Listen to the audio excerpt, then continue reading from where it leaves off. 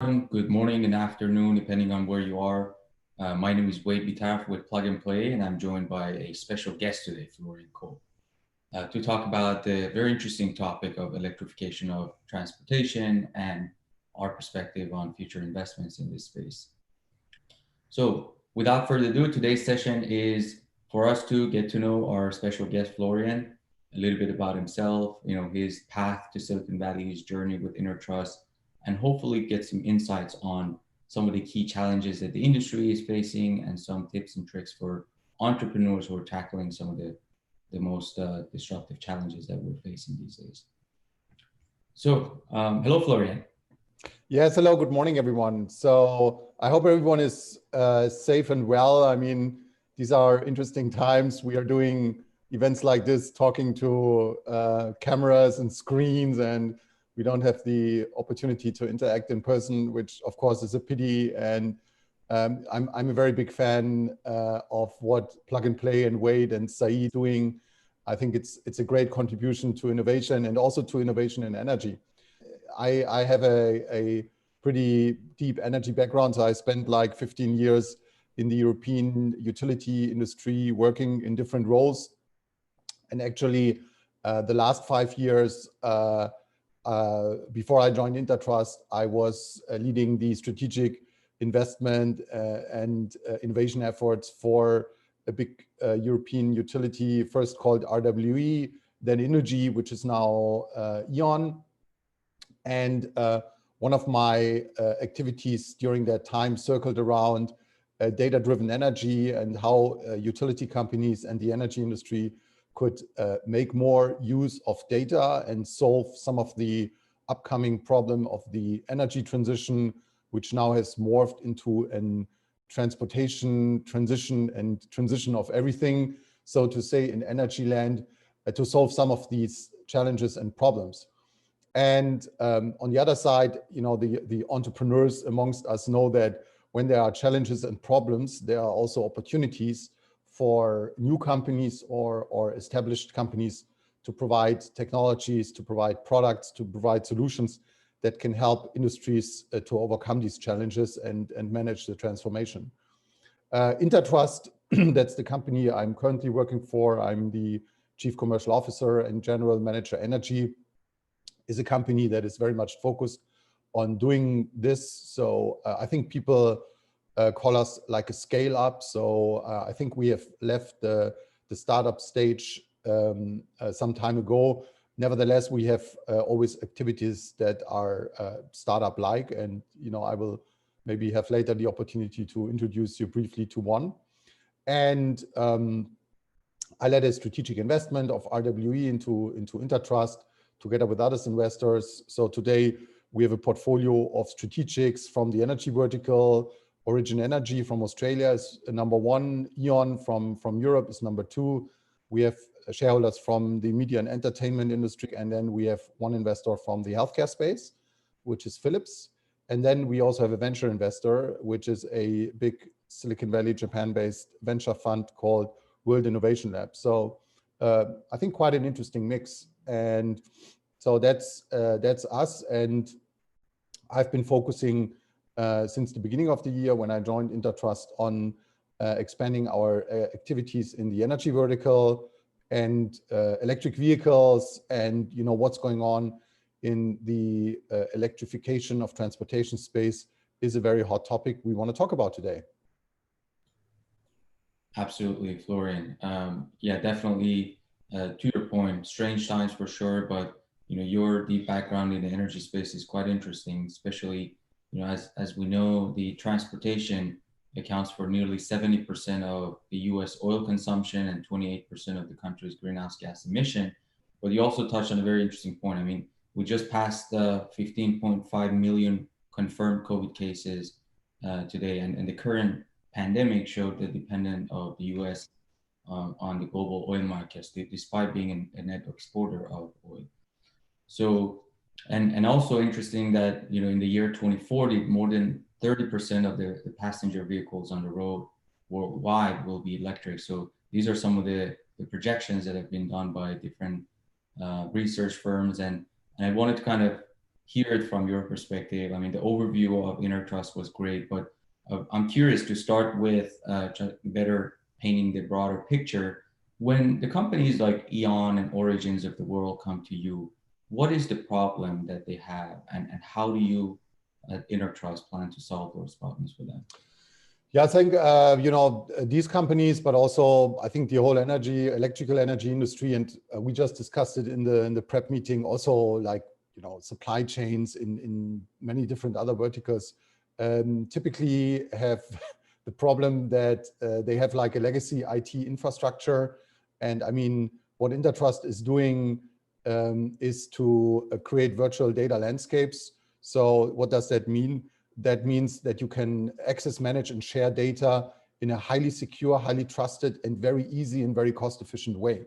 So what we in our technologies do is make the data, or enable the data to flow very secure, very trusted, and very seamlessly within organizations and between organizations. So that's like the abstraction of our products and solutions.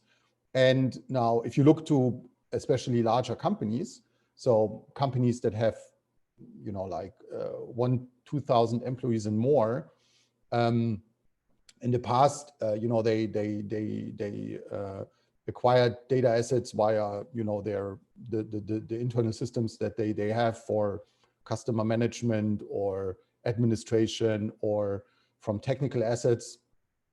And there was not so much the need to share data internally and externally. And because of all these changes, and in energy especially, transition from a central system of energy to a decentral system of energy, all of this is changing. So there needs to be much more information and data exchange across boundaries and also within organization to solve planning issues, to solve day-to-day operational issues.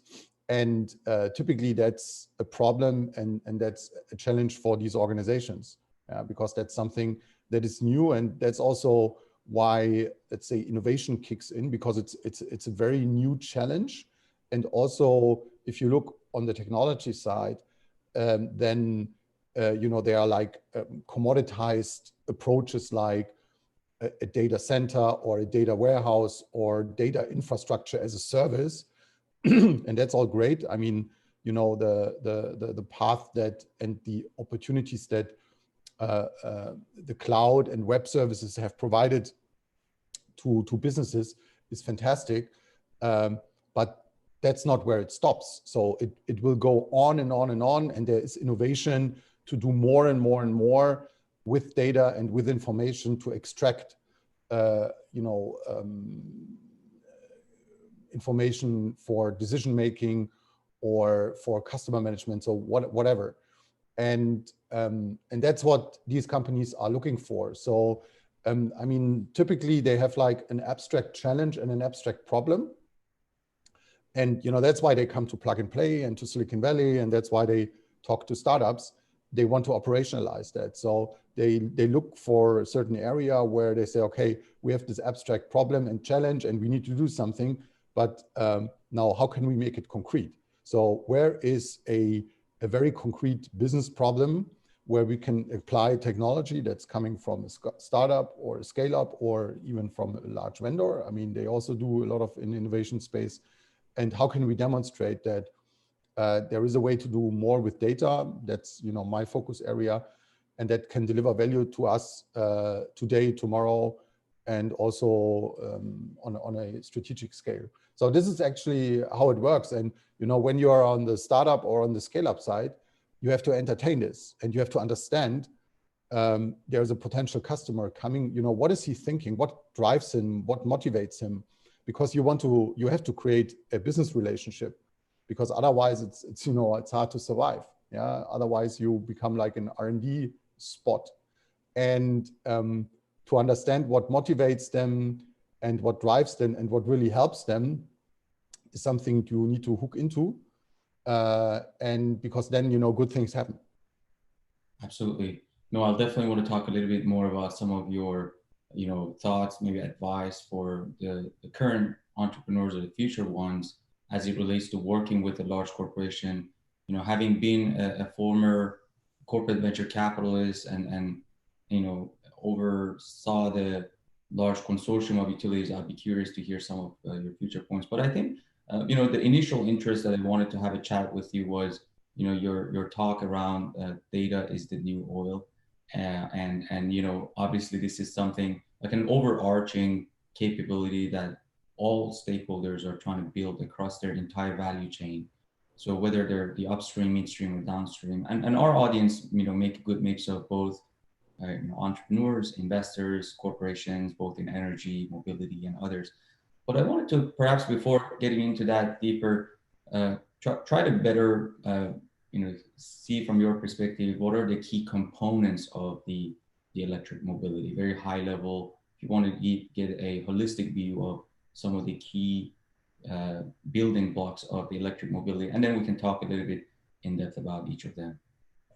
Yeah, I think, we have of course, B2C is one building block, B2B is another building block, like fleets. And then you have the last mile. Yeah. So these are, I think, the three concepts that we are dealing with, or that we have to deal with. Yeah.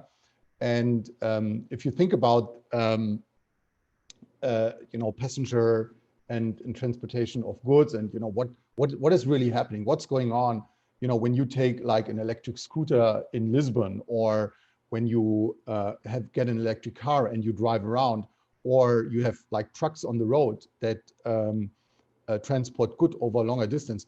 When you think what's happening from a data perspective and also from an energy perspective, you very quickly see that it's out of a sudden an explosion of data, because you have geoinformation, usage, and an explosion of information around energy and energy data, because each of these assets that is moving around and every now and then needs to get charged is like a battery on wheels. And a battery is something that takes energy but also can give energy. And so I think it's like the ultimate decentralization of the energy system that is happening right now. So we had in the past, we had big plants that burned coal, gas, fossil fuels. They produced electrons, and then they were shipped to the users of electricity. Then we had the next step with renewables, wind and solar, which is much more decentral already. So rooftop solar, community solar, industrial scale solar. Industrial scale is more like a central concept, but community and rooftop not. And then you have wind farms, yeah. And then you have in between technologies where you produce electricity locally in a hospital from gas. In the future, this will be hydrogen. The hydrogen will be made out of green energy.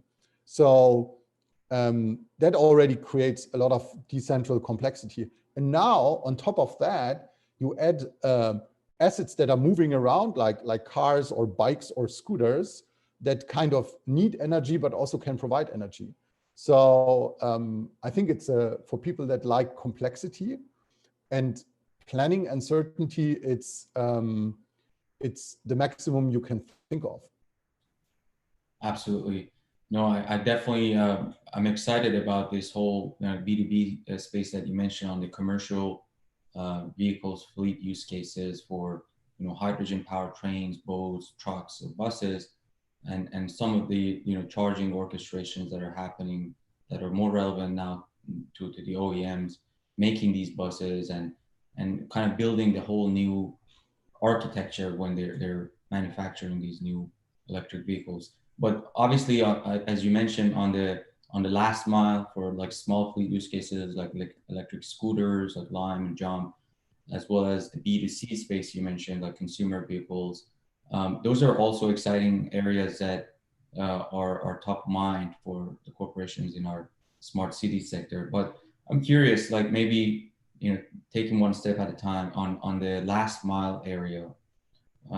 What are some of the things that you see are paving the way and are leading the charge, as well as the areas that you might be interested in particularly to work with at Enertrust? Yeah, I think what you saw over the last few years is that also from an where does the money go to perspective, the first step was to develop machines like scooters that can facilitate to bridge distances from A to B, and so the battery technology and all of that had to be there. Then the business models were created. The company started like app-based things where I have a seamless experience of renting something like a scooter and then doing and paying and all of that. I think that's like a pretty occupied space, and I think we saw already some consolidation there. The next thing that people are also talking about, of course, is what do we do with all the data that has been captured? Because especially in Europe, people are very conservative around privacy issues and usage of personal data, and you can read articles that this whole scooter thing is only to capture data of users, because if I use a service, I have the app on my smartphone, the smartphone tracks what I'm doing, the scooter is moving around, so you can profile people at a very fine grain level. That may be true, but the question is, so what do we do with this data respecting privacy laws? Can we make use out of it? And I think that's like, that's in this space, the next question mark also for entrepreneurs, for startups, and also for the existing players in the market, because I think, under privacy laws, you can't just sell this data to anyone who is willing to give you a good price for it. That's not possible. So, next to let's say the more analog transportation business, is there a value pool that these companies can tap into, or other companies can tap into, that is primarily based on usage patterns of customers, like social media, but with a physical twin, so to say, in cities or wherever these means of transportations are being used. I think with cars, it's you have the same, but with cars, there's one additional dimension, and that is charging is very relevant. And where batteries are today, you still you need to charge when you have like an average commute. Hopefully we will all have a commute soon again. Yeah, I think people really are looking forward to commute again. Then you need to charge on a regular basis. And then the question is, how do we get the electrons to places where people have to or want to charge their cars? And that is a huge problem space, and that should be, I think, a huge area of focus for startups and also investors, because all the research shows that when you have like higher level of electric vehicle penetration, this will require coordinated charging in transmission and distribution grids to ensure the reliability of and efficiency of the energy system. And Stanford has a ton of research that proves that, and also many other research institutions. Yeah, and there are many different solutions that are currently being developed that try to ensure and solve this problem. And we don't know today, which one will win at the end, but that's the opportunity. Yeah. So how can we, balance supply and demand, especially in the car segment? Absolutely. No, that's a very interesting point. I mean, the grid infrastructure and its ability to handle this, huge projections for the penetration of EVs is a topic. But then the topic of how do we use data to manage that grid infrastructure and orchestrate it, I think is also really interesting, which is, I think, an area that you're in the thick of at Intertrust. And perhaps the demo that you could share with us later today can kind of demonstrate what has been done in order to do so. And then this whole area of automated supply chain is something that we talked about briefly, that is top of mind for a lot of our corporations across various sectors, not just the transportation, but also energy and demand forecasting and last mile are all areas of interest. So yeah, I'm curious when it comes to the commercial vehicles like Volkswagen and Teslas of the world, and the challenges that they've seen in the short term because of pandemic, the drop in the purchase of EVs. But we know that in the next 4 or 5 years, it's going to come back up, and more and more car companies will come in and try to build these smart moving infrastructures that are almost like a cloud streaming, move it portable center. How do they go about managing it, and what are some of the key challenges they face as it relates to data flow there? Yeah, so I mean, I think you have like um, two trends, and they are in a different stage of the life cycle. So you have electric, and then you have autonomous. And autonomous is still needs a little bit of more time. The question is, how much more time does it need? Yeah. So I'm not going to talk about that. I'm focusing on electric.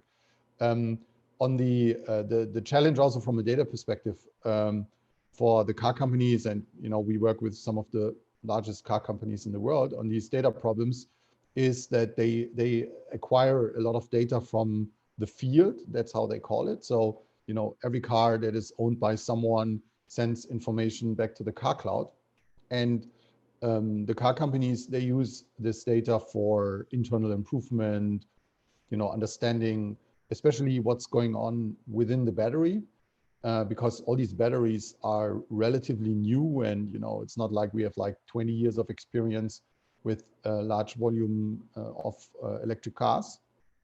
So that's a very strong focus area. Of course, also, what does the driver do? What music do people listen to? So this whole entertainment and drive behavior element, I'm not focusing on this at the moment.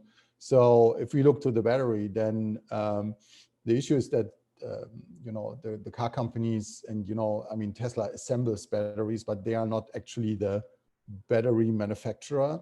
So it's funny that you asked, because just like 2 weeks ago, we had a conversation with the largest battery company globally, and they don't have access to the field data from the cars that the OEM has. And I mean, they have a very good business relationship because the OEMs buy batteries from these guys, but the OEMs wouldn't give them the data. So we said, well, that's not a surprise because of legal constraints, regulatory constraints, and also trust constraints. So now the problem is, do we get an information exchange? Not call it a data exchange, but an information exchange between the car guys and the battery guys, so that it is a win-win situation, so that there's something in for it for the battery guys, but also for the car guys. And what's the area of improvement is all reliability of the batteries, degradation, usability, where the car guys ask for warranties from the battery guys, and the battery guy says, yeah, we try to figure out what warranty we can give you. But if we don't really understand how the batteries develop in the cars when they are used, it's very hard to land exactly on a warranty point that's also good for the battery guys. So this is like a perfect example where cross-company interaction needs to be enhanced for the benefit of everyone, because it's good for the car companies if the batteries get better, it's good for the battery company, it's good for the customer, and it's also good for the environment, because when we have better batteries, we need less replacement, and until there are some environmental impacts from battery production, that should be like a goal to minimize the amount of batteries that are needed in I'm talking about like the next 20 or 30 years.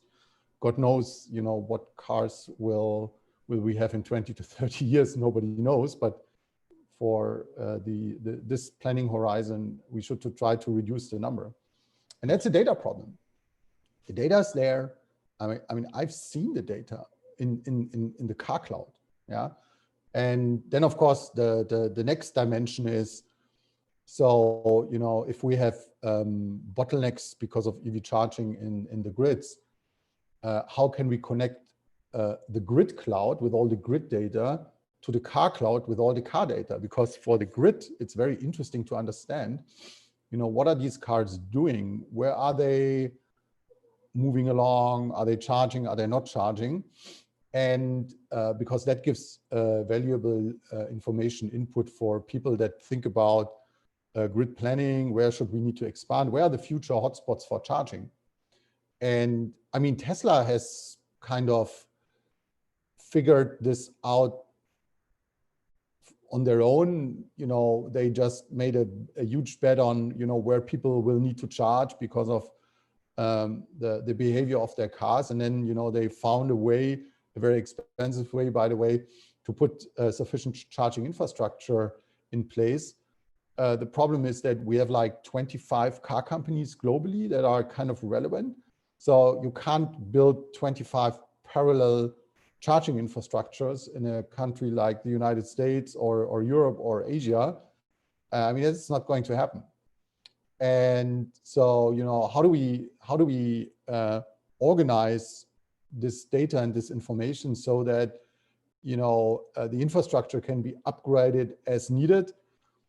And I mean, one thing we have to keep in mind is that why is this relevant for you and for me? Because we pay for this infrastructure. Yeah, I mean, one of the interesting things with the energy system is that everyone is paying for it. Every business, every individual is paying for it, because the way this system is organized, that the cost of the system is pushed down to the users of the system, so to the people that absorb electricity, which is everyone.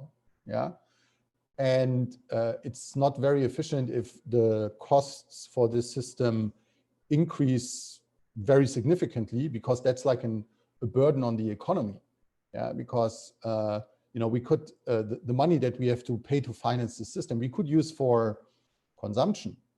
Yeah, which, you know, especially in, you know, after Corona, will be very important that people start to consume again and that there is demand, because that gets the economic to reboot quicker. So I mean, all this stuff, you know, kind of is connected, which is, I think, pretty amazing how intertwined and how connected it is. And because it's so complex, you know, startups, entrepreneurs can study all of this and decide for themselves where is like a good point of attack. And I personally believe that software and technology will deliver most of the solutions for some of these challenges. I think it will be to a lesser extent driven by hardware. I mean, you know, you need a lot of hardware for all these things. Yeah. I mean, the ultimate example is Tesla. I mean, people debate whether it's software or hardware. I mean, there's kind of both. Yeah. But, you know, especially for people that are in the beginning, it's easier, as we all know, to start a software company versus starting a car company. Definitely. No, I can't agree more. I mean, it has to be something that's done together with all the constituents involved. And in order to remove the bottlenecks, I think everybody needs to work together. It's not just the entrepreneurs, but the governments, the corporates, the policymakers. But I'm curious, I mean, a couple of different topics before the session ends today is one that around the acquisitions in the electric vehicle charging infrastructure that I'll talk about a bit later. And then the notion of the B2B space, the commercial vehicles that are now being hydrogen powered and electrified. And then Florian, you mentioned the software space, and you're going to be showcasing your pilot project that you're working on later. But you brought up the good point of, you know, applications of data and how the startups should focus on building some of those capabilities around AI and machine learning to do so. But are there any, you know, specific use cases that you're trying to build or you think are going to be, you know, critical in the coming years as it relates to data and data flow management? I would look at what optimization problems are there on the electricity side for supply and demand problems that reside from an increased penetration of electric vehicles and fleets and so on. That's what I would be doing. Now, I'm not going to disclose in detail what these problems are, because, who knows, maybe I start a new company tomorrow. And I don't want people steal the idea, but I mean, that's just a very, very rich space. And I mean, there are like many, many startups in this space. Traditionally, it has been not so easy to make money because some of the customers that you have are pretty slow moving, which are energy companies. The burning platform is burning more because there's a buzz around electric cars. The penetration rates go up, and people see in their operations that this bottleneck issue that they have is getting more and more relevant. And also the electric charging industry, so companies like ChargePoint that provide the infrastructure that you need to charge your vehicles, is making a lot of noise for a good reason, that connecting infrastructure for charging to the grid takes way too long. I mean, there was like an article in The Guardian the other day, which was went viral on the internet, where people bought an electric Porsche and they drove around for hours to charge the car to get like 100 miles of range. And that was used as a symbol for today's weakness of the infrastructure. So I mean, there are like some very trivial problems for electric car owners. So how do I find a charger? Yeah, how do I find the right charger? That's where it starts. Yeah. So I think there's a few startups that have been focusing on this, but I think it's still an opportunity, because so far, nobody has really fully figured it out. And sometimes it's good not to be the first with the idea, but, to be like a follower and take what people have already worked on and just improve it and create success. Terrific. No, that you brought up a few different great points, and please make sure to come to Plug and Play whenever you decide to venture out and build your own startup.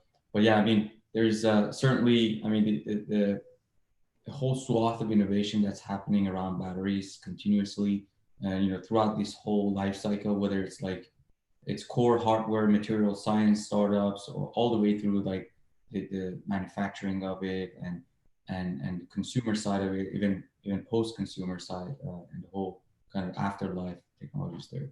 But yeah, I mean, the need for these energy companies to continuously deliver energy in a predictable and balanced way is very interesting, and we definitely think EVs play an interesting role in the future.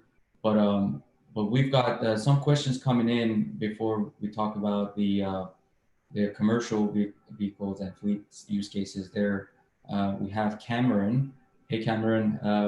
So his question is around how do you convince large corporates to trust smaller companies like InterTrust or other startups on their data infrastructure? So something that you touched on, but maybe you can enhance on. That would be helpful, because we have other corporate venture capitalists here in the room as well.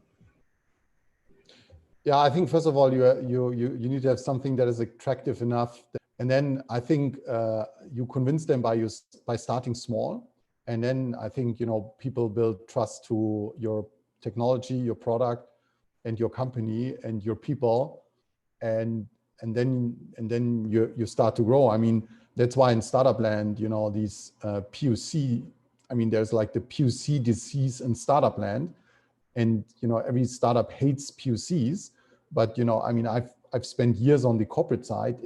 I think it's the only way to overcome this trust problem. I mean, one example which I think is great for batteries, actually. So for storage batteries, there's an insurance against the startup risk from Munich Re. So Munich Re, it's the largest reinsurance company. They're also a plug and play customer. They've designed a few years ago an insurance for large corporates that acquire battery assets from startups, from battery startups. And this insurance kicks in when, you know, the battery startup goes belly up. So it's a pretty exotic thing. You know, we haven't seen that too much, and also not on the data side, but I think there are some strategies to overcome that. Definitely harder than in the B2C space. Yeah, that's why B2B startups are also need, I think, on average more time to get to the market. But cloud helps, and also agility, and, you know, people are not locked in when they use your solution. I mean, I think you actually, when I think about it, it's you play the opposite game of the big guys. The big guys want to lock you in. They sell you their infrastructure, and then you're locked in, and it's very hard to move. So if your value proposition is, well, you can use my stuff, but you're not dependent, I don't lock you in, that's already a good value proposition. Absolutely. That's a key consideration, to find a partner that allows your, you know, venture grade growth and not really, you know, box you based on their strategic goals. But really interesting points. And before shifting gears to like the commercial vehicle space, about, you know, hydrogen powered areas, you know, we just a couple of days ago heard the announcement of the acquisition of EIQ Mobility by Nextera, which is really exciting. I mean, from our point of view, it's a data acquisition. They want to better understand how to manage the fleet of electric vehicles, how they behave. So I'd be curious. I mean, in the past, I'd say 4 or 5 years, we've seen a number of acquisitions by BP, Shell, Enel, you know, ABB, like ChargeMaster, Greenlots, NewMotion, EVBox, and others. What do you see like the next you know, acquisitions look like in the electric vehicle charging infrastructure in the next 3 to 5 years, if you would? Yeah.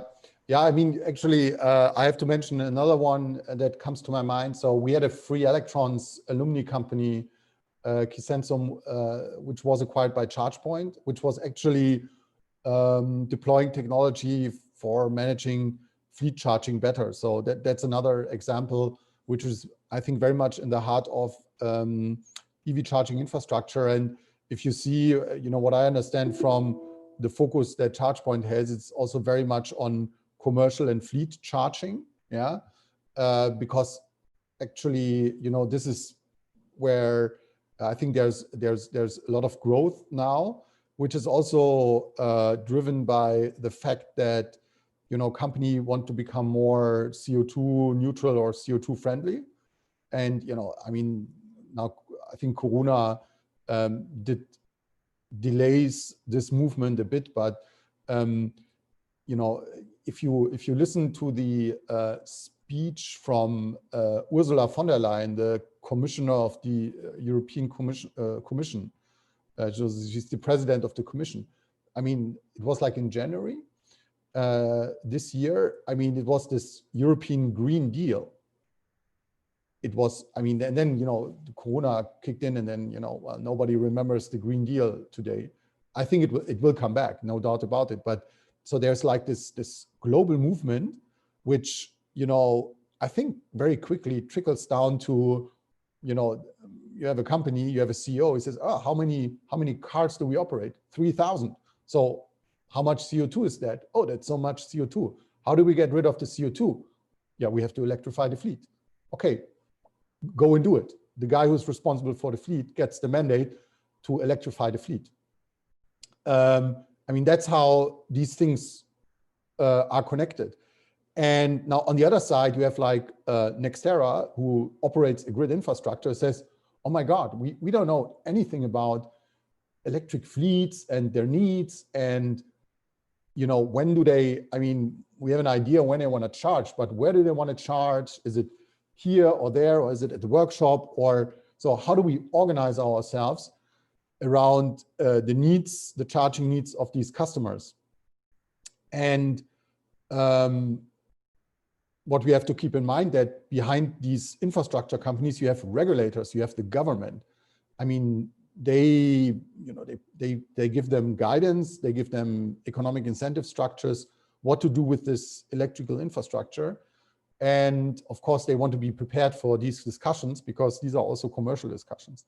So it's all very connected. And I think that what we will see on the M&A side, and that was your question, is that more and more of these large companies will discover very quickly that they have a deficit on the insights side, on the capability side, and also on the data side.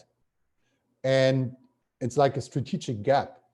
And what big companies like to do is to use M&A to close these strategic gaps, because time to market is quicker, or time to talent is quicker if it's like kind of an acqui-hire. I mean, it's also what big companies are doing. And this is how you move yourself also into innovative areas. So, I mean, it's hard to predict exactly, you know, where we see the next deals, but I think we will see more of these big companies, not necessarily only utilities, but also companies that provide hardware and some software to the electric system, to acquire these small companies that circle around electrification of transportation ecosystems and provide selective solutions to some of the problems. I think the next thing, and we haven't seen that, is people picking up the hydrogen challenge from the data side. I mean, another fireside chat only on hydrogen and sector coupling, yeah. And that's why I think it's attractive to be in this e-mobility related space. Absolutely. And I agree with you. There's a whole lot to talk about when it comes to hydrogen and sector decoupling. But maybe one thing that you mentioned was really interesting as it relates to data is how, you know, the concern around the cybersecurity of the data that is generated from these electric vehicles, chargers, or the utilities is becoming more and more on top of our partners' agenda. And we've seen companies that, you know, build a hybrid hardware and software solution that, you know, creates multiple layer of security for the data that is, you know, produced and also analyzed in future to get a lot of attention. And hopefully we'll see some interesting companies grow in the next, you know, 1 to 3 years, and maybe even get acquired by OEMs and other companies. Yeah, I mean, that's you know, a very important space. And if you look at the situation in the past, then, you know, the system operators, they've, you know, protected themselves by having closed systems. So, for example, the data communication in an electric grid runs via proprietary fiber communication, where, you know, nobody can really enter. So to make it safe against hacking and things like that. And I think, I mean, you know, they will retain to use that, but when you have more edge devices, you know, things open up, and also the probability for attacks and the threat scenarios increase, and you need proper protection for that. By the way, it's also something Intertrust is doing. So we have like tamper resisting technologies and very secure key infrastructures that are being used by people to secure data and identity of devices and things like that. Yeah. But yeah, that's a very fascinating space, and I think it's also an interesting space for startups, because I think the entrance barrier is relatively low, because if you have like very good expertise and know-how, you can start and get going relatively quickly if you have some, you know, proprietary technologies, or at least ideas. So that's also a very good space to focus on. And you see, like I'm following pretty closely what Schneider Electric is doing. I mean, they have acquired like 7 companies, I think, in the last 1.5 years, which are all kind of in this domain of securing data and managing data. Absolutely. No, and I think for the entrepreneurs to unlock the opportunities to its full potential, they certainly need this critical kind of component to create this security layer on top of it and build trust for all parties involved. And so I know, folks, we've only scratched the surface on some of these topics. We've got about 7-8 minutes to the end of it. I know, Florian, you've had some interesting demo to showcase today. We have a activity, we call it EV Data Hub, which is like uses our platform technologies, which comprise 3 elements: data virtualization. So we create like virtual data landscapes from data sources that can reside wherever. Then we have identity and access management, that is, granting users or machines control to virtualize data. And then what we call a secure execution environment, where we bring data and analytics together in a way that neither the data nor the analytics are getting compromised and remain anonymous. So with that platform, we support a grid planning activity, which is actually a startup which was launched by Innogy, which is now E.ON. And so what we can do is, this is like Germany, and it's a part of Germany where E.ON manages the grid. We can define whatever area we like on this map here, and for different users. So I have like access to the city of Essen. I could give you, Wade, access to the city of Dortmund in a very, very easy way, which is normally like a very complex exercise, because beneath what you see here simply on a map is like really big data. So it's data, and I will show you in a second, around the complete infrastructure on the gas grid, on the electricity grid, and much, much more information. So it starts with, how can I allocate access rights to different people for here different areas of information. So if you go into that a little bit, what I now can start doing, I can blend in information that is relevant for me. So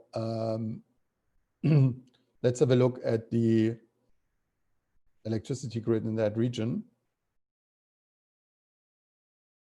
This is like virtualized data from source system that are back in Germany. The data is not moved on my machine, yeah. So I can access that from Palo Alto in a secure and trusted way, which is, to be honest, unheard of. So what we see here are like power lines and transformers in the city. Now, what we can add are, what is important for electric vehicles are garages. So we have like a data on the garages in this area. So you see the black boxes here, these are the garages. And we have the power line, and we have the power line on a granularity level that gives a planner, a very, very fine-grained view on the situation in a certain neighborhood. Now, what we can also, we can include many, many different more parameters here. What's interested from electric vehicle perspective is, what is the EV mindedness of the people that reside in these homes? So why is this relevant? Because if I want to plan EV infrastructure, I focus on areas where we have a high probability that a person will buy an electric vehicle. So I can choose, to focus only on areas or streets, neighborhoods where the EV mindedness is high. The EV mindedness here is very high because that's a part where a lot of wealthy people live. Yeah. And and that is derived from socio-demographic data that leads to the conclusion that there is a high level of EV-mindedness. So then, in the light of time, I can't show you, but what we can do now with this tool that we enable, I can go here and I can say, I want to put a charger in this garage, in this garage, and in this garage. I can click and I can select the type of charger I want to have here. And what I immediately see is if the power line in the street can handle the load from these EV chargers, and also if the transformer station, which is this one, can handle the load, if all these people get a charger. And of course, I can tell you what the result is. Neither the power line here nor the transformer here is able to handle the load when all of these guys get a charger. Wow. And this is like, it's a real-time calculation that we do, actually a startup company from Germany, Envelio. They do this calculation real time on the platform here. And then the next step, when we have done this analysis, is how do we overcome this bottleneck? So what do we need to do to make this transformer work for a high penetration of EV charging in the street? So we can click solar. These are houses, so you can add solar here to roofs, and you immediately get the power output of these solar installations. We can add storage batteries like Powerwalls to these garages, yeah, and then we calculate what's the impact for the grid infrastructure here. And it all works like in a very simple, with a simple user interface. It's anyone can do it, yeah. We don't need like a specialist, an expert to do it. So that's just like one example. If we talk about how to make big data that comes from different companies, from different institutions, bring it together in a trusted and secure way and enable analytics, analysis, planning, in this case for EV infrastructure, in a very easy and very cost-efficient way. So that's a short example of what we were talking about. Love it. I like its visualization and more the capabilities it brings for the grid operators to inform their dialogues as they kind of deploy energy. But I know we've come up on time, Florian. I want to give you special thanks for being with us today. You're welcome. I want to thank our team. And if you're not following us on LinkedIn, please make sure to do so. Here's in the chat box. You're going to be able to click on the link and follow us.